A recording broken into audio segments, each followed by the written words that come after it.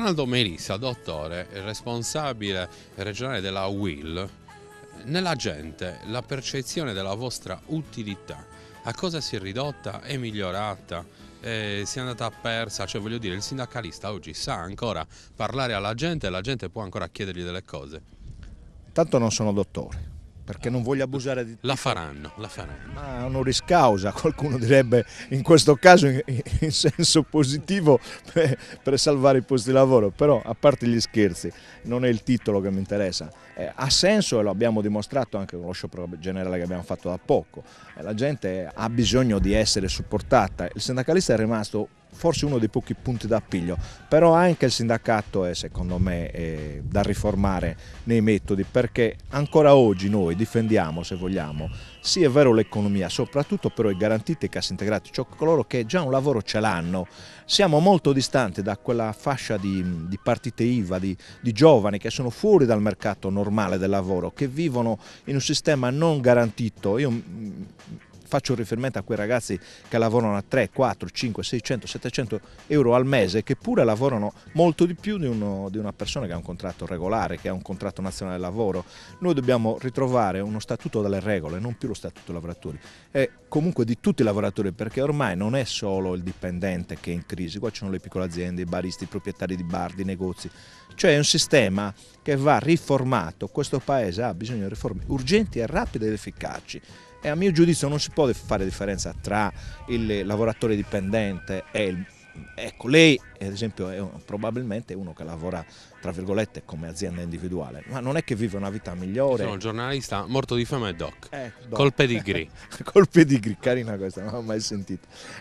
Però lei non ha le tutele che hanno per esempio i lavoratori, non hanno spesso e volentieri i giornalisti non sono assoggettati in taluni casi alla cassa integrazione e ammortizzatori sociali, cioè evidentemente bisogna uniformare il sistema di tutele, uniformare il sistema di garanzie e soprattutto dare una prospettiva, perché oggi il vero sistema in crisi è la famiglia, che è il nucleo che alimenta tutta l'economia della società. Quando uno non è in grado di farsi una famiglia non prende casa, non paga l'affitto, non si può mettere su famiglia a fare figli, non si prende un telefono, non si prende una macchina, cioè non ha futuro.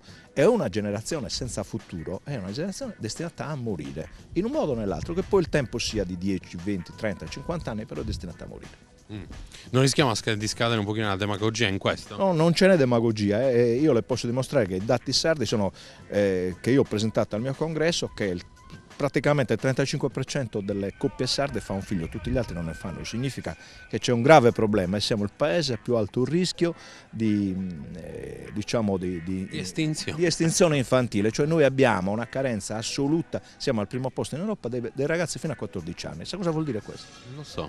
Per esempio, ne faccio un esempio io, se mi permette. Assolutamente sì. Se andiamo al supermercato ci accorgiamo che da un po' di tempo a questa parte ci sono le monodose per i singles. Esatto. È più conveniente produrre una dose di, che ne so, di lasagne per una sola persona, perché la gente va lì e ne compra metà. Perché questa è la stagione della solitudine, dove molti vivono nel proprio io, anche con molta dignità. Io lo dico perché lo vedo, sto in mezzo alla gente e mi accorgo che molti vivono la propria povertà e non esternano neanche le loro condizioni di disagio.